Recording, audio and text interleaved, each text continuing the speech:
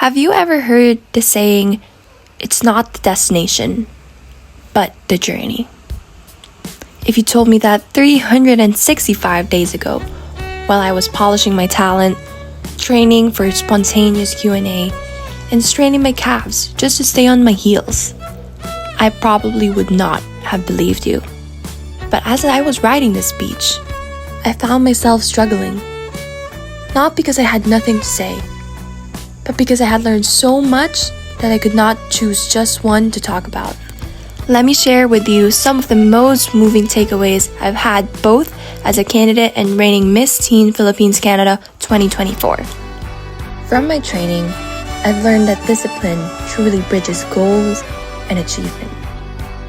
On days I felt tired or unsure, showing up anyway made all the difference. Without that consistency, I wouldn't have been as prepared when it mattered the most. Through the pageant, I also learned to focus only on what I could control. On August 31st, there was so much to feel. Excitement, nerves, anticipation.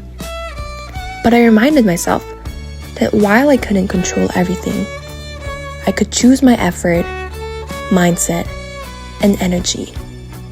And that made all the difference.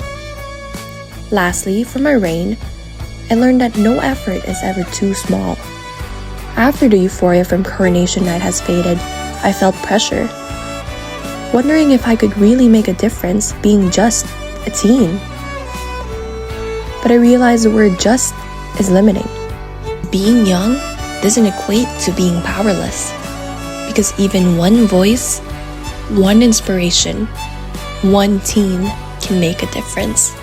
My first project as Miss Teen Philippines Canada was a free self-defense workshop I led alongside other girls I had trained, hosted by Empower Her Diversity Hub for youth and women in London. I then became a youth speaker at the ACG Human Capital Solutions 5th International Sustainability Summit, where I shared my advocacy, the amelioration of children's needs, highlighting the role of youth in creating a better future.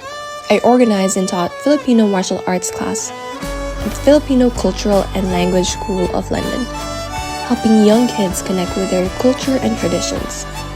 And I proudly showcased Filipino heritage by performing at events such as the Together as One Gala by the welcoming communities of Grey Bruce and the Filipino Heritage Gala by the Filipino-Canadian Association of London and District.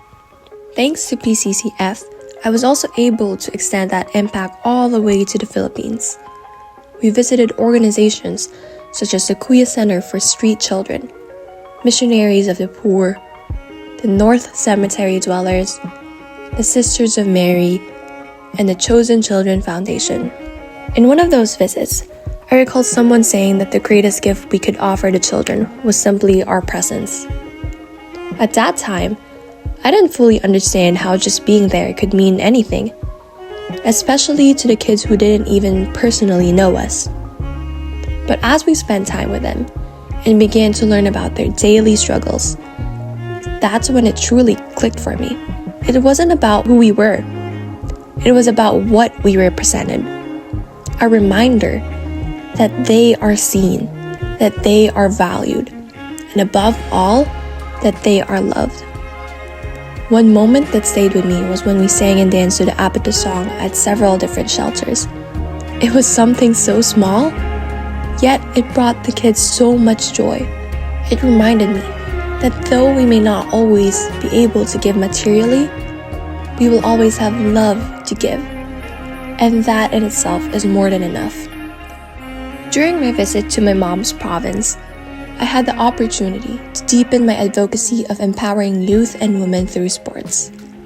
I began by training with the young organizadores of LB Arnis, an experience that reaffirmed how sports can foster discipline, confidence, and community among the youth. This advocacy carried through in my visit to the University of the Philippines Los Baños, UPLB, where I met with the Chancellor and Vice Chancellors to discuss how we can better support young people. We explored pressing issues like mental health and how the university is responding with programs aimed at helping students navigate these complex challenges. As part of this visit, I also had the privilege of leading UPLB's first ever Taekwondo physical education class and donating martial arts gear to inspire and equip the next generation of athletes, promoting sports not only as a physical outlet, but also as a path towards resilience and empowerment. I also had the chance to meet with the mayor and barangay captain of my mom's hometown, where we discussed the growing issue of homelessness and how local government is responding with sustainable, community-based solutions. To support tourism and local pride, I visited and highlighted several of Las Bañas' cultural and natural attractions, including Mount Makiling, the Botanical Garden, St. Mark's Chapel, the Philippine High School for the Arts, the BSP Monument, and the ancestral house of Pasiano Rizal. Looking back, I realized that none of this would have happened if I kept believing that impact had to be big to be meaningful. When something is done with purpose and consistency, it has the power to move others to act too. I thank God for placing this passion in my heart and for allowing me to be an instrument in uplifting communities, sharing stories, and reminding people to take pride in where they come from. Of course, none of this is something I could have ever dreamed of achieving without the immense support I've received.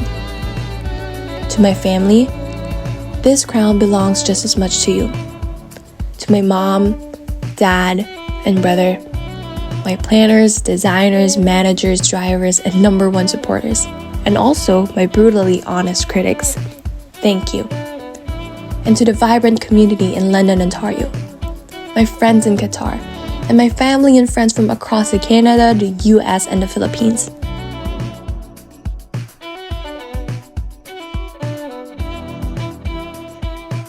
Special thanks to Celso Collado Dial for the gowns, Jay Tulanado for hair and makeup, and Tito Willie for the best photos. Tita Maria Romina Gemini Brian Zavala for Q&A coaching, with additional support from Tress, and Kian Chimicog for coaching me in Anyo. To PCCF, thank you for giving me this opportunity. You gave girls like me a stage to not only shine, but to serve. Because of you, I was able to travel to the Philippines, meet amazing people, give back to communities, and even dance on GMA's All Out Sundays with Kapuso stars for their Valentine's Week special. Truly proving that PCCF is a family that serves with heart and has fun while doing it. And now, as I walk across this stage one last time as your reigning Miss Teen Philippines Canada, I hope that it is not the color of my casual attire, my evening gown pasarela, or the height of my heels that you remember, but the advocacies I raised, the values I stood for, and the youth I inspired to believe that they too can make a difference. Maraming salamat po.